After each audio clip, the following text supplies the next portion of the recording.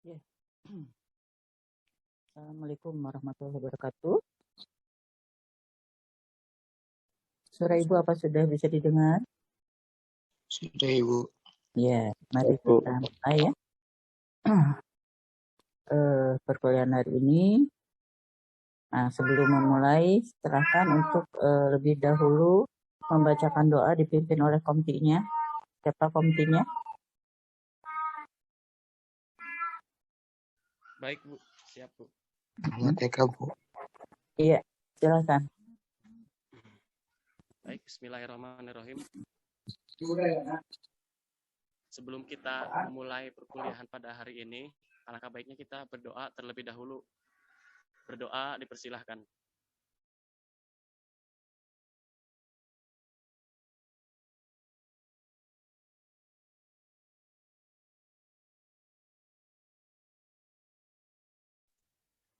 Amin. Berdoa selesai, saya kembalikan kepada Ibu Kurniati selaku dosen statistik pendidikan.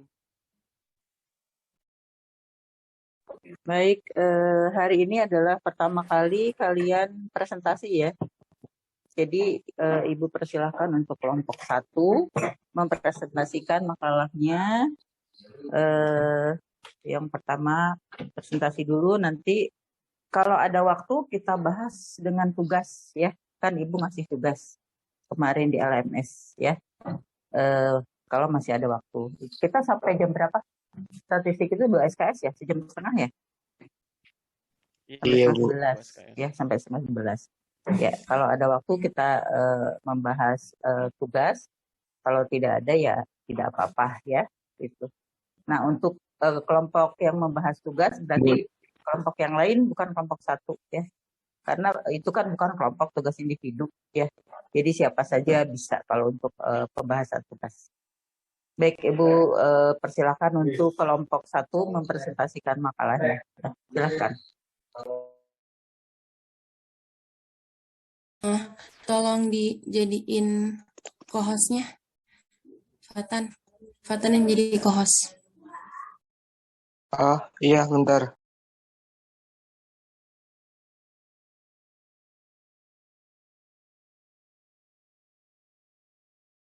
Ke Puspa ya? Iya.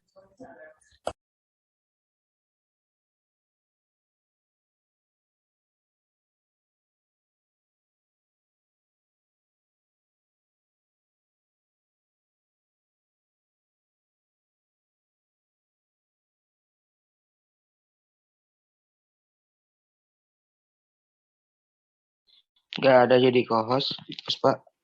Bacaannya gimana? Di sini Fatan jadi co-host. Iya.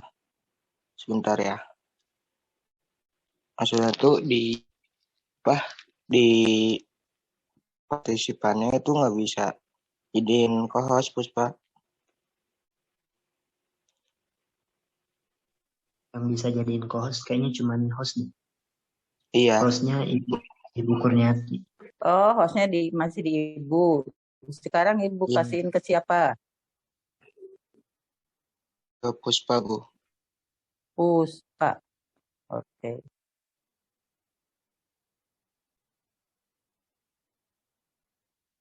Ya. Sudah ya? Sudah Ibu jadikan host. Terima kasih, Bu. Baik. Ya. Yuk kita mulai.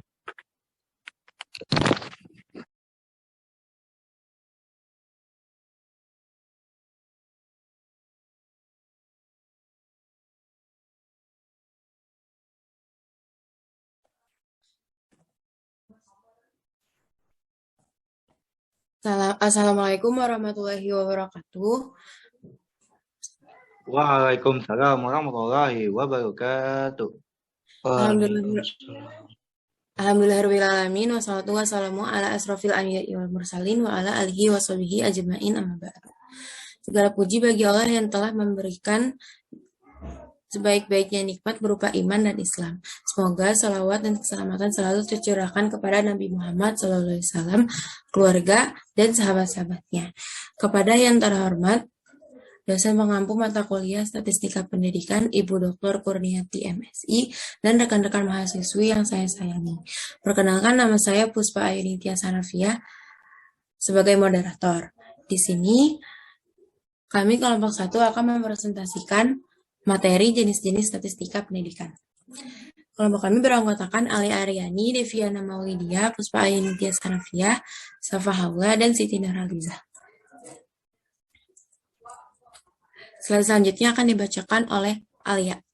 Kepada Alia dipersilahkan. Baik, terima kasih Puspa. Kali ini saya akan mereview kembali tentang statistika karena sebelumnya udah dijelasin kan sama Ibu.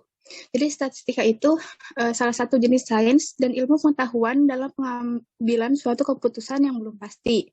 Terus menurut Sutjade 2001, ilmu pengetahuan yang berhubungan dengan cara-cara pengumpulan fakta, pengelolaan serta analisanya, penarikan kesimpulan, penyajian, dan publikasi dari data-data yang berbentuk angka. Jadi secara umum, statistika adalah ilmu yang mempelajari cara mengumpulkan, menyajikan, mengelola, dan menganalisis data. Next.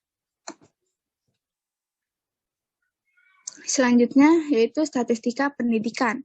Statistika pendidikan adalah suatu ilmu pengetahuan yang membahas atau mempelajari dan mengembangkan prinsip-prinsip, metode, dan prosedur yang diperlukan dalam pengumpulan data-data kuantitatif yang berhubungan dengan pendidikan. Selanjutnya, jenis statistika ini ada dua. Yang pertama, statistika deskriptif dan juga statistika inferensial.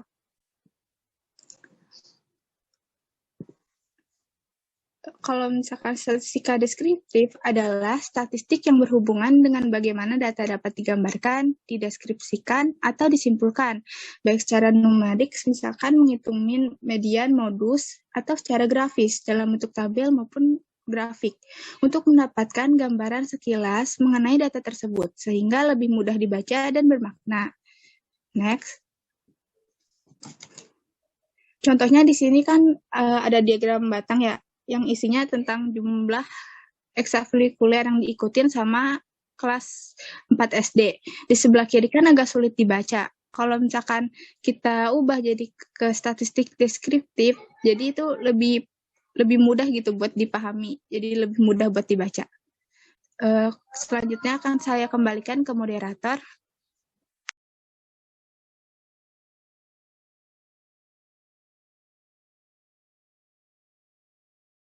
Slide selanjutnya akan dibacakan oleh Syafa.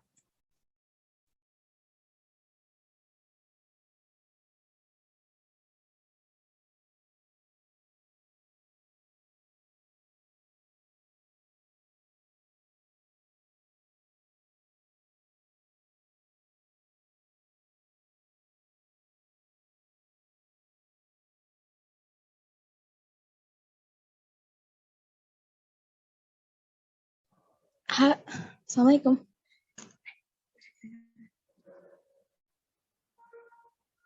Sekarang siapa yang baca? Ya.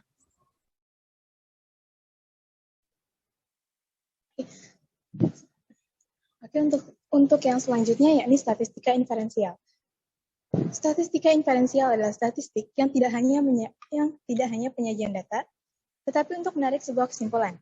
Kesimpulan ini lazimnya dilakukan dalam rangka menguji hipotesis penelitian yang telah dirumuskan dan melakukan generalisasi hasil penelitian. Slide selanjutnya. Nah, contoh penerapan dalam statistika inferensial ini ada dua. Sebenarnya ada banyak, cuma pada umumnya ini ada dua. Yang pertama ada analisis regresi, yaitu analisis yang digunakan untuk memprediksi hubungan antara variabel independen dengan variabel dependen. Yang kedua yakni uji hipotesis. Uji hipotesis merupakan pengujian statistik di mana kita ingin mengetahui kebenaran dari sebuah asumsi atau pendapat yang biasa terjadi di masyarakat. Untuk slide selanjutnya. Nah, adapun contoh lain dari statistik inferensial, yang pertama, dalam sebuah catatan kelulusan yang telah dilakukan dalam 5 tahun terakhir di sebuah SMA, menunjukkan hasil bahwa sekitar 73% di antaranya dapat lulus dengan nilai yang memuaskan. Nah, dalam hal ini nih, bisa kita lihat ya, kalau misalnya contoh statistik inferensial, mungkin kalau misalnya statistik deskriptif ini udah jelas, sedangkan kalau misalnya statistika inferensial ini belum. Jadi kebanyakan orang mengambil kesimpulannya, jadi belum pasti gitu, karena di sini kan dilihat dari 5 tahun terakhir ini 73% itu dinyatakan lulus dengan nilai yang memuaskan. Berarti besar kemungkinan di tahun-tahun berikutnya juga seperti itu. Nah, contoh yang kedua yakni seorang peneliti ingin mengetahui berat rata-rata orang dewasa pada suatu negara. Nah, kalau misalnya seorang peneliti ingin melakukan berat rata-rata dalam suatu negara, kan nggak mungkin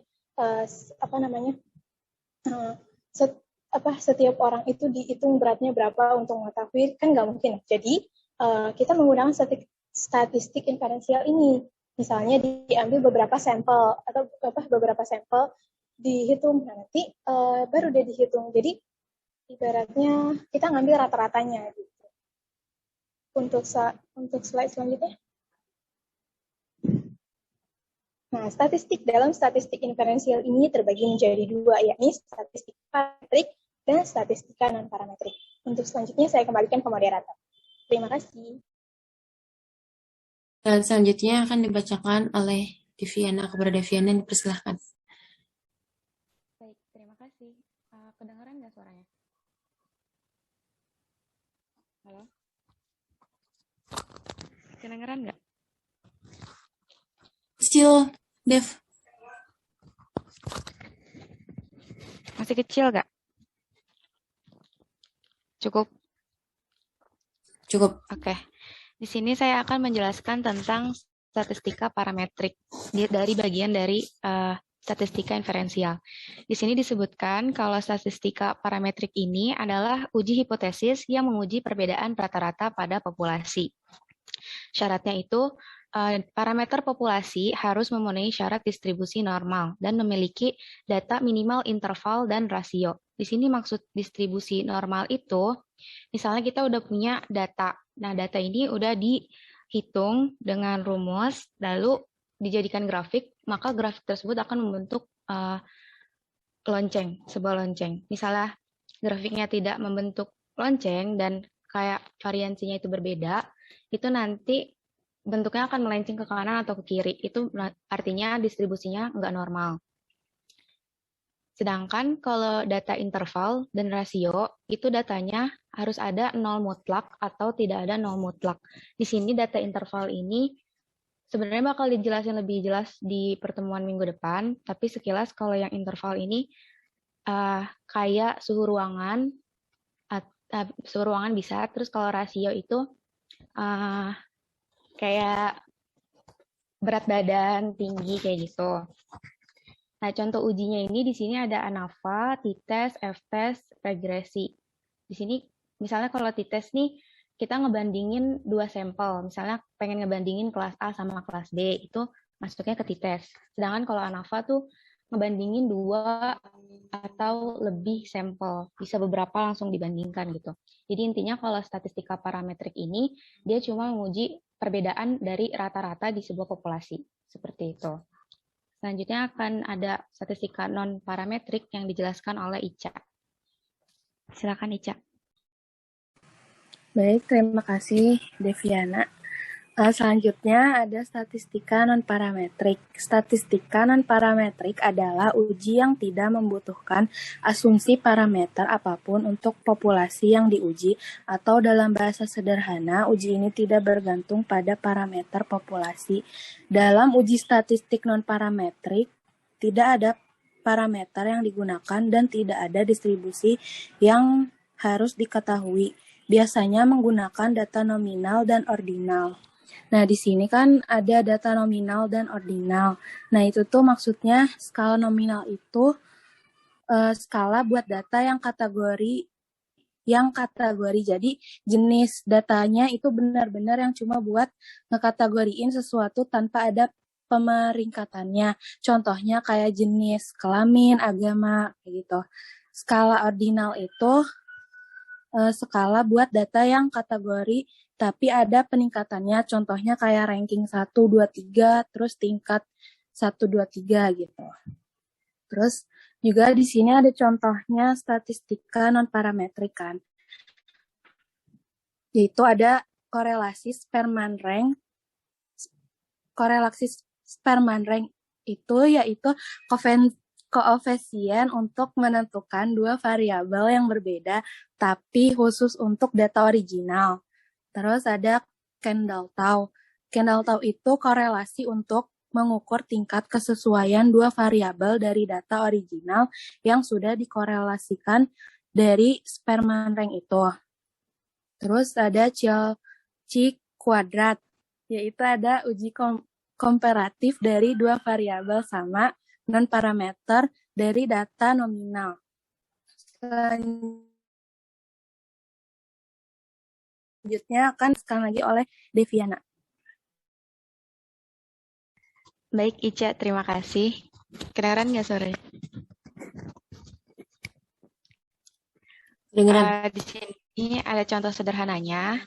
Jadi bisa dilihat ada tabel warna ungu sama tabel warna hijau kan ya. Nah, ini adalah di sini ditulis kalau tabel ungu ini hasil dari pretest dan tabel hijau adalah hasil post-test. Nah, setelah dihitung rata-ratanya yang di kolom biru, itu rata-rata di kolom ungu atau hasil pretest itu 75. Sedangkan kalau rata di kolom hijau atau hasil post-test itu 95. Kalau kita membandingkan rata-rata nilainya, itu adalah statistika parametrik. Jadi membandingkan rata-rata nilai. Nah, selanjutnya, kalau kita lihat di kolom merah, ini ada angka 4 sama angka 3. Ini adalah rata-rata dari peringkat nilainya. Jadi kan di tabel ungu, rata-rata peringkatnya itu 4. Sedangkan di tabel hijau, rata-rata peringkatnya itu 3. Jadi kalau kita bandingkan, kan tabel hijau peringkatnya naik. Berarti kan nilai anak-anak juga naik. Kalau kita membandingkan peringkatnya, itu adalah statistika non-parametrik. Dapat disimpulkan, proses pembelajaran dapat dinyatakan efektif dengan bukti meningkatnya hasil nilai siswa. Seperti itu. Ibu, kalau misalnya masih salah, mohon maaf ya, Bu. Seperti itu. Kalau masih ada yang bertanya, nanti akan ada sesi tanya-jawab. Kembali ke moderator. Jadi, sebelumnya terima kasih kepada Deviana. Jadi kesimpulannya, statistika itu dibagi dua. Yang pertama deskripsi dan inferensial. Nah, inferensial ini dibagi dua, jadi parametrik dan non-parametrik. Sekian dari kami. Terima kasih atas perhatiannya. Silahkan bertanya. Maksimal 3 pertanyaan ya. Makasih.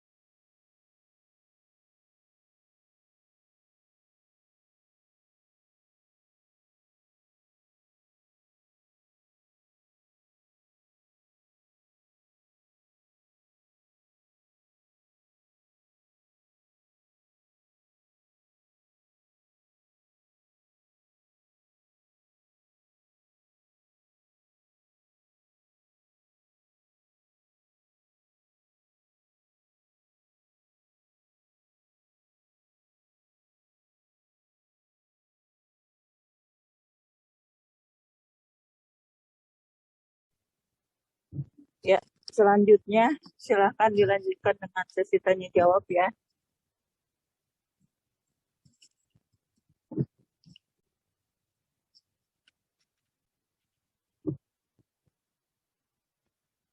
Halo, apa suara Ibu bisa didengar? Bisa, Bu? Iya. Bisa, Bu. Silakan dilanjutkan dengan sesi tanya jawab. Dengar, Bu. Apakah ada yang mau bertanya?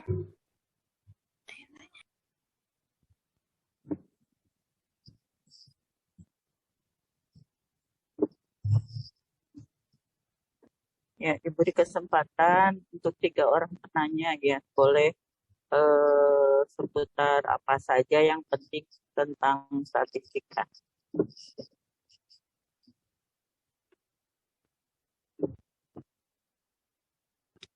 Ibu izin bertanya, boleh nggak?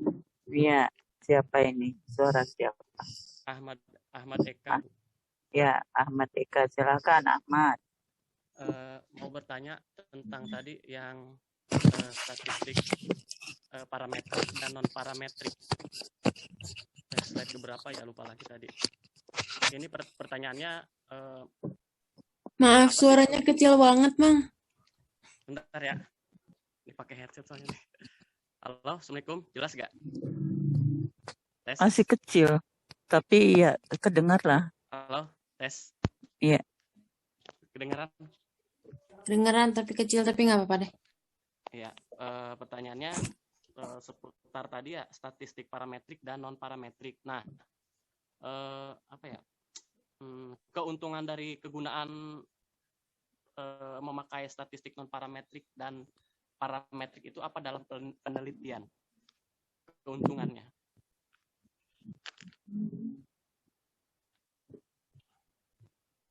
Apakah jelas pertanyaannya?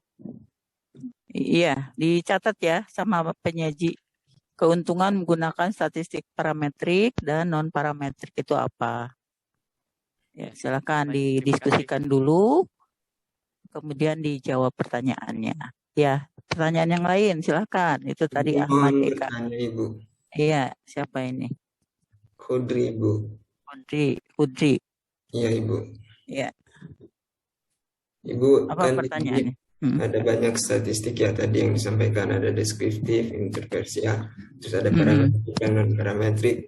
Di situ Budi pengen nanya aja, apakah ada kelemahan-kelemahan di antara semua statistika itu? Ya, kelemahan dari setiap jenis statistiknya, gitu. Ya, kelemahan dan kelebihannya. Baik, catat ya. Penyaji, kelebihan dan kelemahan untuk setiap jenis statistika. Ya, silakan satu lagi penanya, boleh? Boleh Bu, saya ya, nanya. Siapa ini? Siapa? Ibu tidak muncul ini namanya soalnya di sini. Ibu sambil jalan ini ya. Siapa yang bertanya ini? Saya Bu. Laki Bu. Nggak ada namanya, nggak muncul. Kok nggak muncul? Ya, Jaki. Iya Bu. Iya. Ini Bu, kan contoh sederhana statistik parameter dan non parametrik ini pasti beda variannya, pasti beda kegunaannya ya, menggunakannya seperti apa. Dan saya tahu Bu, apa namanya,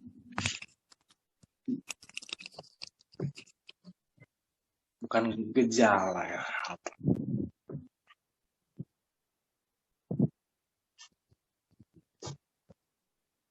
apa pertanyaannya Jaki?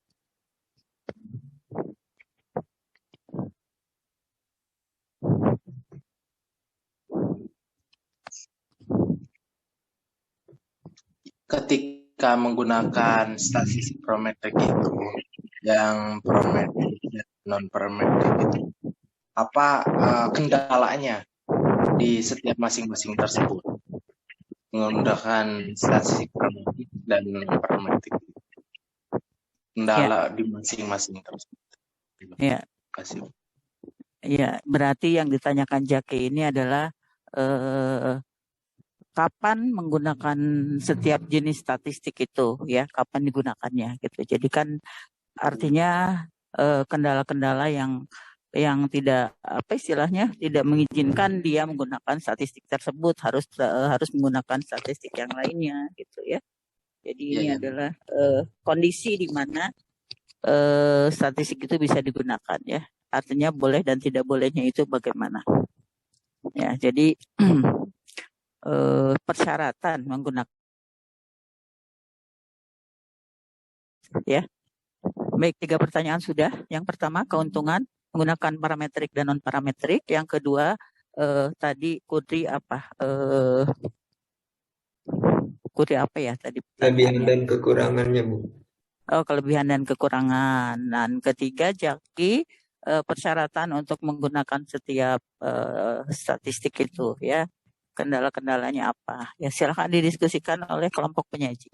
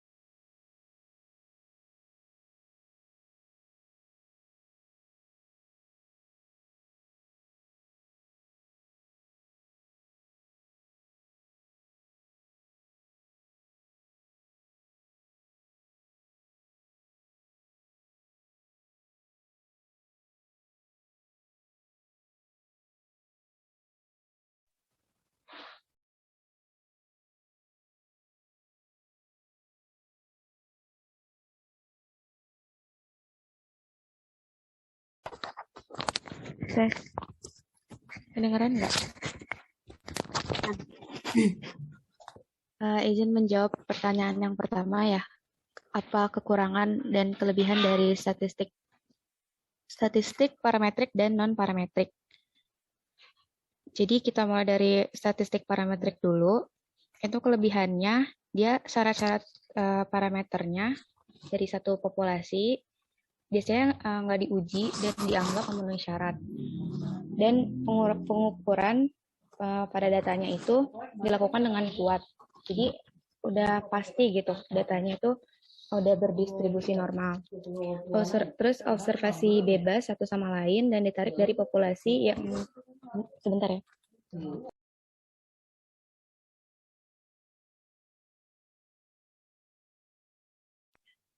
Terus observasinya itu bebas satu sama lain dan ditarik dari populasi yang distribusinya normal tadi. Dan variannya itu homogen atau satu jenis gitu.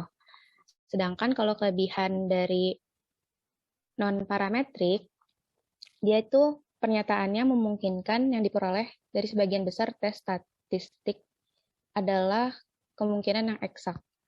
Di mana distribusinya itu dari data yang kontinu dan dianggap dengan anggapan yang dibuat tes-tes parametrik.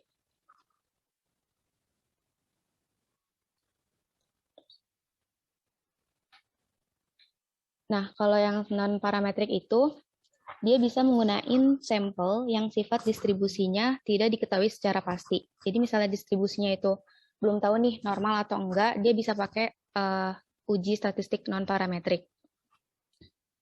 Lalu tes non-parametrik ini bisa menggarap data yang ranking atau yang data skor-skornya itu memiliki kekuatan ranking.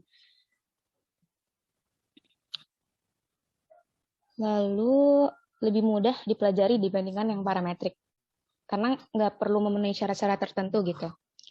Sedangkan kalau kekurangan dari statistik parametrik, itu dia populasinya harus memiliki varian yang sama, kayak yang tadi disebutin.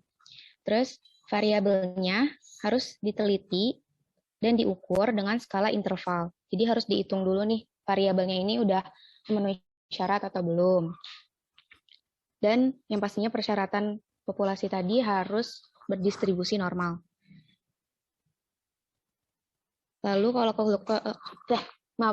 kekurangan non-parametrik itu biasanya jadi ngehambur data, dan kalau data nggak memenuhi model statistik parametrik, jadi harus diulang terus gitu. Bentar. Jadi kalau penggunaan statistik non-parametrik akan ada penghamburan data kalau misalnya datanya nggak memenuhi syarat model statistik parametrik. Dan di non-parametrik itu belum ada metode yang mengukur interaksi dalam model analisis varian yang di ANAVA tadi. Kalau yang non parametrik itu belum bisa ngetes ANAVA. Jadi nggak bisa ngetes beberapa sampel dalam satu penelitian gitu. Dan di sini statistik non parametrik memerlukan banyak tenaga serta menjemukan. Seperti itu. Jelas nggak, Mang Eka? Iya, jelas. Nanti nanti saya catat kok, nanti saya share di grup. Ada yang mau ditambahkan lagi? Yang mau menambahkan? Ada? Ada yang mau menambahkan? Sebab ini anggota kelompoknya yang lain, siapa tahu ada yang mau menambahkan lagi. Tadi apa kelebihan menggunakan parametrik dan non parametrik itu apa saja? Ya, jadi begini ya. Syarat untuk parametrik dan non parametrik itu tidak usah terlalu diperbanyak, cuma satu syaratnya ya. Jadi dia berdistribusi normal saja ya, nggak usah ada harus variansinya sama dan sebagainya. Itu nanti malah mempersulit ya. Syaratnya hanya satu, kalau distribusi populasinya itu normal, itu kita menggunakan parametrik. Tetapi kalau distribusi populasinya tidak normal, kita menggunakan non parametrik. Udah itu cukup satu. Nah, mengenai variansi sama atau tidak sama itu nanti masuknya sudah di statistik parametrik. Itu nanti penggunaan antara uji T dan uji T aksen. Itu beda. Kalau yang uji T itu harus homogen variansinya. Tapi kalau yang uji T aksen itu tidak perlu homogen. Nah, itu ya. Jadi untuk syarat masuknya ke statistik parametrik dan non parametrik itu cukup dengan normal atau tidak normal saja ya. Kalau distribusinya normal masuk ke parametrik, kalau tidak normal ke non parametrik ya. Jadi tidak ada tambahan syarat yang lain, kecuali nanti kalau sudah masuk ke statistik parametrik, pemilihan untuk ujinya ada syarat-syarat lagi gitu ya. Itu ya jawaban untuk Ahmad Eka ya. Jadi tetapi di sini keuntungannya kenapa harus pakai parametrik dan non parametrik, itu tadi baru syarat ya. Nah, keuntungannya statistik parametrik itu lebih robust ya. Artinya apa? Itu lebih tepat dalam memprediksikan ya, memprediksikan baik itu rata-rata ya, maupun proporsi ya gitu. Jadi dia lebih mendekati kebenaran dibandingkan dengan yang non parametrik gitu ya. Makanya orang lebih suka dengan statistik parametrik karena mendekati nilai kebenaran yang ada di lapangan yang sebenarnya dibanding dengan non parametrik. Jadi melesetnya itu lebih banyak kalau non parametrik itu ya. Nah, itu ya. Sudah cukup jelas ya Ahmad ya. Iya, Ibu. Terima kasih ya. banyak, Bu. Ya, silakan. Pertanyaan yang kedua jawab oleh penyaji dulu.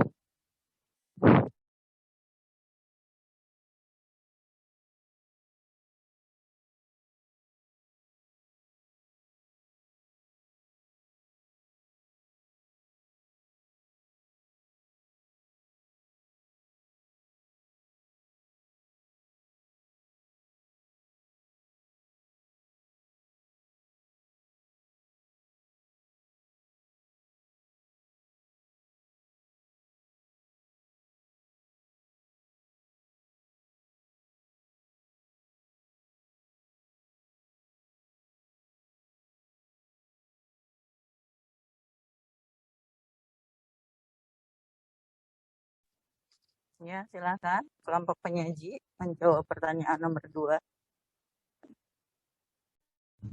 Izin menjawab ya. Ya, silakan. Pertanyaannya diulang lagi apa?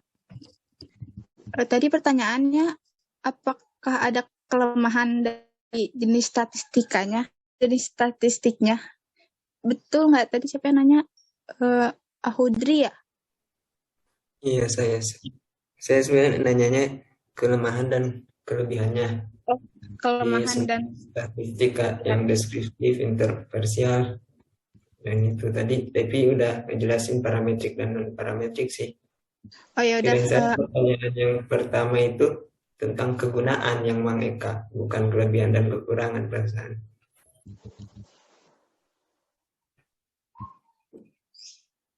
Aku izin menjawab yang deskriptif ya. Belum kan tadi? Iya, belum. Jadi, kelebihan statistik deskriptif itu bermanfaat kan dalam menentukan karakteristik subjek, terus juga bermanfaat buat ngukur tren data, terus juga bisa ngebuat perbandingan, terus juga bisa dilakukan selama beberapa waktu, terus juga membantu dalam pengambilan keputusan. Sedangkan kekurangannya dari statistik deskriptif itu nggak bisa ngejawab pertanyaan bagaimana sama mengapa gitu. Terus juga isinya tergantung pada jawaban orang. Terus ada kemungkinan juga bias dari peneliti. Terus juga keacakan sampel tidak mewakili seluruh populasi. Terus yang terakhir memungkinkan terjadinya kesalahan dan subjektivitas gitu. Mungkin yang belum dari teman-teman saya.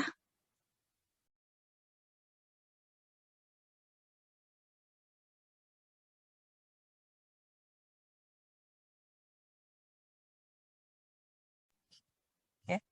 Gimana tadi Ibu tidak mendengar? Sekali lagi sama Alia dijelaskan. Baik, Bu.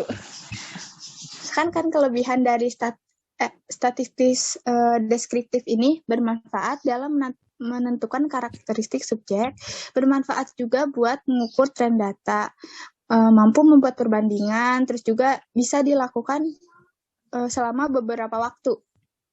Terus juga membantu dalam pengambilan keputusan. Sedangkan kekurangan dari statistik deskriptif ini nggak bisa ngejawab pertanyaan bagaimana dan mengapa. Tergantung pada tanggapan orang, memungkinkan adanya bias dari peneliti, keacakan sampel tidak mewakili populasi, terus juga memungkinkan terjadinya kesalahan dari subjektivitas. Mungkin itu dari statistik deskriptif ya. Iya.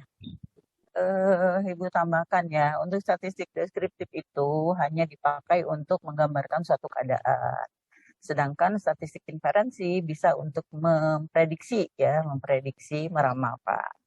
Itu kegunaannya. Nah, beda lagi kalau parametrik dan non-parametrik itu dilihat dari pengolahan data. Untuk yang parametrik itu kalau dia distribusi populasinya normal, sedangkan untuk yang non-parametrik jika tidak normal.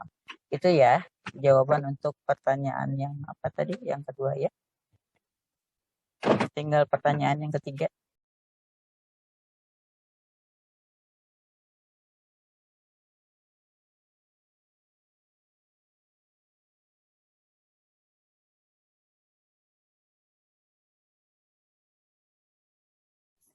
Terus tadi pertanyaan Bang Zaki ya, kendala dari statistik parametrik dan non-parametrik bukan ya?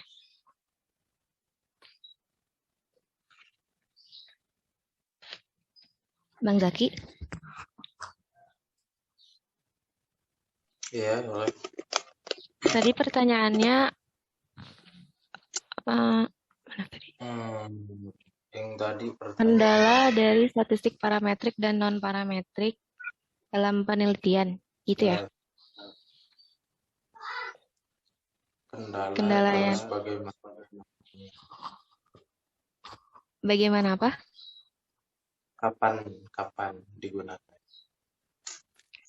Oke. Jadi kalau kendalanya, kalau misalnya sama kayak kekurangan berarti ya Bu. Kalau kendala berarti kalau yang parametrik itu dia yang non parametrik itu yang parametrik harus memiliki data yang distribusi yang normal. Jadi harus ada syarat itu distribusi yang normalnya. Sedangkan kalau yang non parametrik itu nggak harus distribusinya normal. Kendalanya kalau misalnya pengen pakai statistika parametrik tapi distribusinya nggak normal berarti kan nggak bisa. Berarti itu bisa pakai yang non parametrik kayak gitu. Sedangkan kalau satu lagi apa tadi? Penggunaannya. Kalau penggunaannya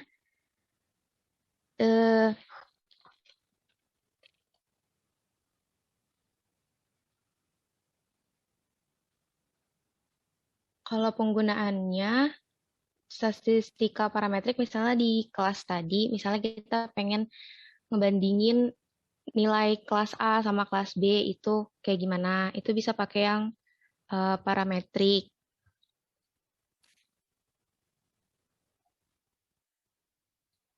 Kalau yang non-parametrik itu, Ica boleh tambahin?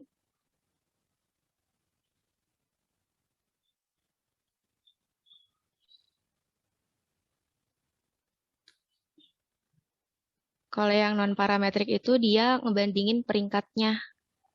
Misalnya pengen nyari ranking, itu bisa pakai yang non-parametrik. Kayak gitu kurang lebih.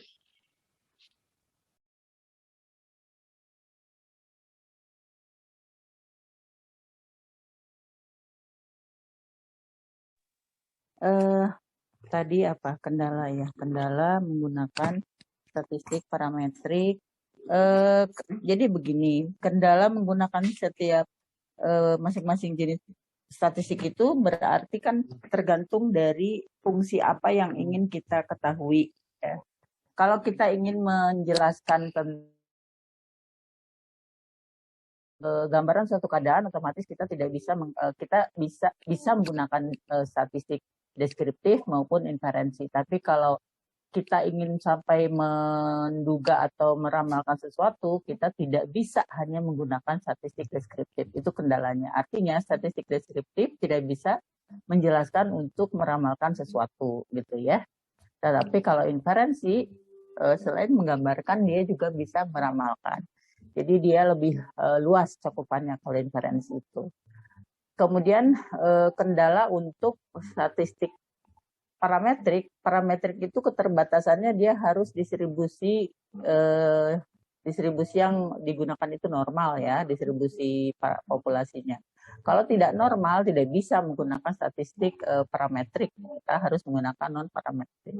Jadi itu adalah kendala-kendala dari masing-masing statistik. Nah, dengan mengetahui kendala itu kita tahu kapan kita harus menggunakan parametrik, kapan kita menggunakan non parametrik ya. Sebenarnya kalau tentang pengolahan data yaitu kita hanya memilih antara dua, parametrik atau non parametrik. Tetapi kalau dari tujuan dari tujuan pengolahan data itu sendiri, tujuannya apakah untuk melakukan pendugaan atau hanya menggambarkan saja, itu kita memilih antara statistik deskriptif atau inferensi ya. Jadi kalau mengenai tujuan untuk apa kita melakukan menyajikan data, kita memilih antara deskriptif atau inferensi. Tapi kalau kita ingin mengetahui menggunakan apa kita mengolah datanya, kita menggunakan parametrik atau non parametrik gitu ya. Jadi itu kendala-kendala yang harus diketahui pada saat kita menggunakan jadi jenis-jenis statistik itu. Jadi setiap penggolongan itu berbeda maksud dan tujuan. Yang satu untuk pengolahan datanya, yang satu lagi untuk tujuan dari penelitian itu sendiri, gitu ya. Ya, sampai di sini bisa dipahami? Semua bisa, Bu. Ya. Paham, Bu. Alhamdulillah kalau bisa dipahami ya. Ibu soalnya ini juga sambil ada keperluan juga ini, jadi kalian sambil ada keperluan sambil ngajar sambil keluar itu. Ya, karena kalian ingin dimajukan, otomatis ya Ibu majukan, walaupun sebenarnya Ibu juga tidak sedang santai, sedang ada yang dikerjakan ya.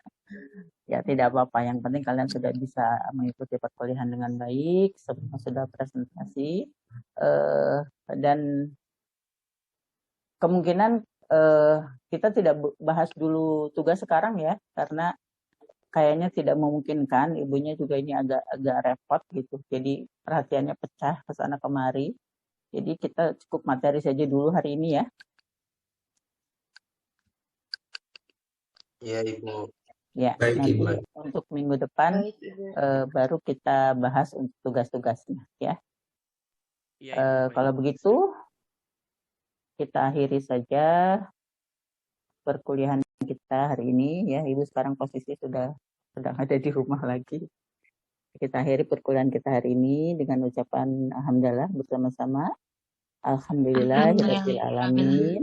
Ya, mudah-mudahan nanti minggu depan kita masih bisa melaksanakan perkuliahan statistika dengan materi yang berbeda ya, dan kelompok yang berbeda juga ya. Ya, Ibu tutup dengan ucapan wabillahi taufiq wal hidayah. Wassalamualaikum warahmatullahi wabarakatuh. Waalaikumsalam warahmatullahi wabarakatuh. Kan Ibu lupa tutup dulu diskusinya dan nanti tutup akhiri dengan doa ya. Ya, Ibu. Moderator. Sekian presentasi dari kelompok 1. Mohon maaf bila ada kekurangan. Wassalamualaikum warahmatullahi wabarakatuh. Waalaikumsalam warahmatullahi wabarakatuh. Izin live ya. Baik, Bu. Baik, Bu.